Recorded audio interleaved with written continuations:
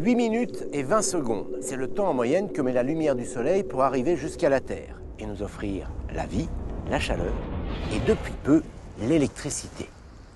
En effet, le phénomène de transformation de la lumière en électricité, ce que l'on appelle l'effet photovoltaïque, n'a été découvert qu'en 1839 par un physicien français, Antoine Becquerel.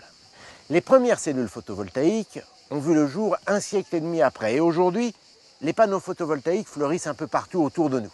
Alors comment fonctionnent ces panneaux? Comment les installe-t-on? Quel est l'avenir de cette énergie? Voilà des questions auxquelles nous allons apporter toute la lumière du soleil.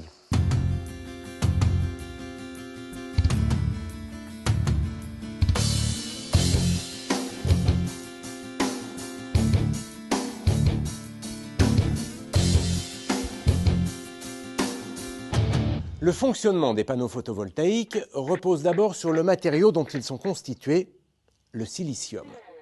C'est un élément que l'on retrouve en abondance sur Terre puisqu'il est extrait de la silice contenue dans le sable. Le silicium a une propriété indispensable à la production d'électricité, c'est un semi-conducteur. Attention, ce n'est pas le seul matériau semi-conducteur qui existe sur Terre, mais actuellement, c'est celui qui a le plus la cote.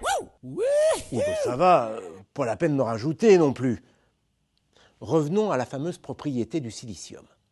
Comme toute la matière qui nous entoure, le silicium est constitué d'atomes. Un atome, c'est un noyau de particules autour duquel gravitent des électrons, des charges négatives. Quand les panneaux photovoltaïques sont exposés à la lumière, les électrons du silicium s'agitent dans tous les sens. Ils passent d'un atome à l'autre. Pour autant, ça ne fait pas un courant électrique. Un courant électrique, c'est une circulation d'électrons dans un sens bien précis.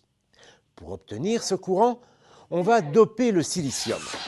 Mais non, pas comme ça. Le dopage du silicium est une opération qui consiste à obtenir d'un côté un surplus d'électrons et de l'autre un déficit d'électrons. On crée ce que l'on appelle une tension électrique. De cette manière, les électrons circulent toujours de la borne négative, qui possède un surplus d'électrons, un surplus de charge négative, vers la borne positive, qui, elle, présente un déficit d'électrons. Finalement, c'est ce qui se passe avec une pile et c'est exactement ce que l'on cherche à reproduire avec des panneaux photovoltaïques. Ils sont constitués de plusieurs couches.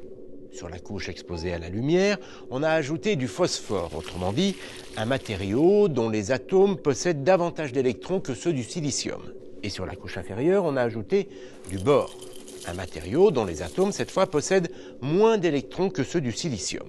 On obtient donc une sorte de pile, avec d'un côté une borne négative qui présente un surplus d'électrons grâce au phosphore, et de l'autre une borne positive qui présente un déficit d'électrons grâce au bore.